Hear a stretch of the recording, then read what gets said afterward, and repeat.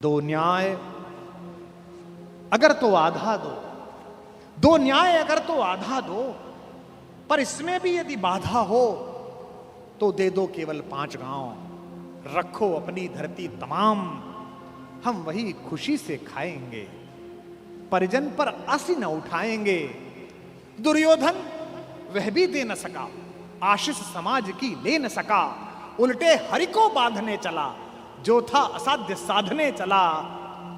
जब नाश मनुज पर छाता है, पहले विवेक मर जाता है।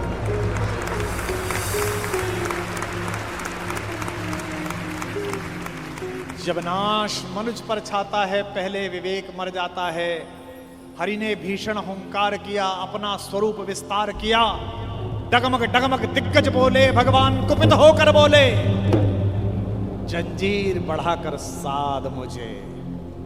हां हां दुर्योधन, बांध मुझे। कृष्ण ऐसे ही हैं जो अपनी समीक्षा का अवसर देते हैं। हस्तिनापुर के दरबार में खड़े हुए कृष्ण, जिनकी भगवत्ता के विषय में स्वयं जानते हैं द्रोणाचार्य, स्वयं जानते हैं पितामह भीष्म, स्वयं जानते हैं धृतराष्ट्र, उसके बाद भी वो भ्रम पैदा करते हैं कि मुझसे युद्ध किया जा सकता है, मुझे बांध सकता है। क्योंकि दुर्योधन को वह दुर्बुद्धि का संकेत देने की क्रिया भी भगवान की है।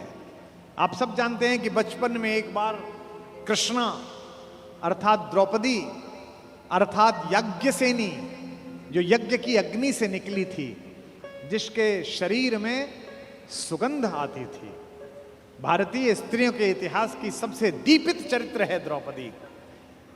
इस देश को इस समय अबलाओं की आवश्यकता नहीं है।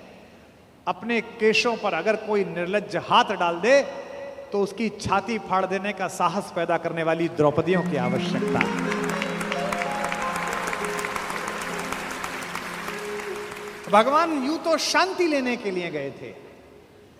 जब खाना खाने लगे और पांडवों ने कहा, युधिष्ठिर ने विशेष रूप से कहा, माधव मैं युद्ध नहीं चाहता, आप जाना और कहना बस 5 गांव हमें दे दें, हम 5 भाइयों को हम काम चला लेंगे। माधव ने कहा, बड़े भैया जो आपने कहा है वही होगा। लेकिन माधव तो युद्ध ही चाहते थे। माधव चाहते थे कि एक बार निरंकुश शासकों के छोटे छोटे राज्य विगलित हों और एक अखंड विश्व में अखंड भारत का निर्माण हो, भारत की एक अखंड श्रृंखला का निर्माण हो। शांति ऐसे नहीं आती। शांति नहीं तब तक जब तक सुख भाग न नर का सम हो, नहीं किसी को बहुत अधिक हो, नहीं किसी को कम हो। ये कहा अर्जुन ने, लेकिन युधिष्ठिर ने नहीं मानी, बड़े भैया ने नहीं मानी। ये जो बड़े भैया लोग होते हैं बड़े शांतिपूर्ण होते हैं। शांति शांति शांति। हर घर में कुछ युधिष्ठिरों की आवश्यकता भी है, लेकिन हर घर में ऐसे लोगों की आवश्यकता है कि अगर कोई निर्लज्ज कुलवधु के आंचल पर हाथ डालने की कोशिश करे तो वो बिना बड़े भैया से पूछे अपना गांडीव उठा ले और अपनी गदा उठा ले। ऐसे लोगों की आवश्यकता है। और समय पर ये गांडीव और गदा नहीं उठे तो मान लेना कि समाज में महाभारत प्रतीक्षा कर रहा है। पृथ्वी लाशों से पटेगी, कोई नहीं रोक सकता। शांति लेने के लिए गए। कृष्णा ने भोजन कराया, द्रौपदी ने भोजन कराया। भोजन कराने के बाद निर्वासन की कुटिया से कृष्णा बाहर आई और हाथ धुलाने लगी माधव के। तो उसने कान्हा से पूछा कि कान्हा, याद है तुम गर्मी की छुट्टी में हमारे घर आए थे?